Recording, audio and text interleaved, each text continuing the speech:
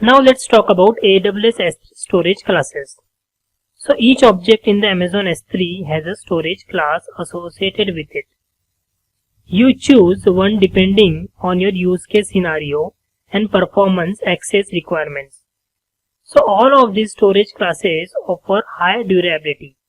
So Amazon S3 offers the following storage classes for the object that you store.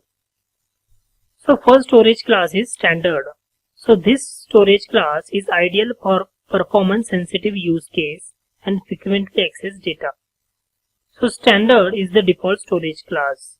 If you don't specify any storage class at the time of uploading the object, Amazon S3 assumes standard storage class.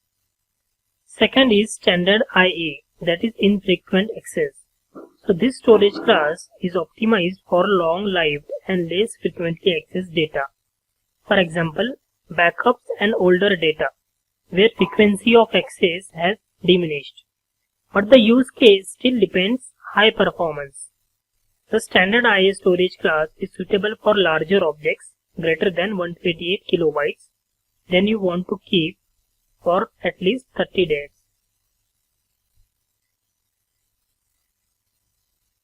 Third storage class is Glacier.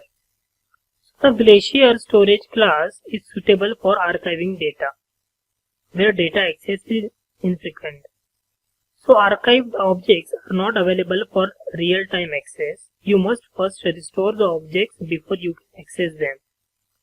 So basically Glacier is basically used for archiving the data, and you cannot access the data frequently. So before accessing the objects, you have to restore them. Fourth is reduced redundancy. So reduced redundancy storage class is designed for non-critical reproducible data stored at lower levels of redundancy than storage class, standard storage class, which reduces the storage cost. So I can show you all the storage classes other than Glacier on AWS Management Console. So typically this is the management console. So here I have to open the bucket. So as I created one bucket for this session, I can select this bucket and I can upload some objects. So basically you can select the storage class in the set permission storage class.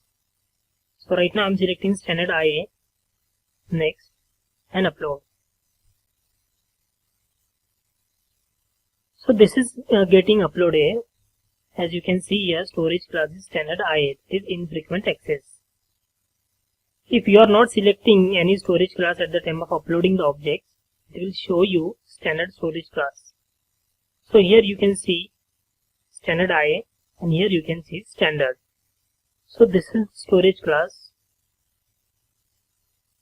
scenario.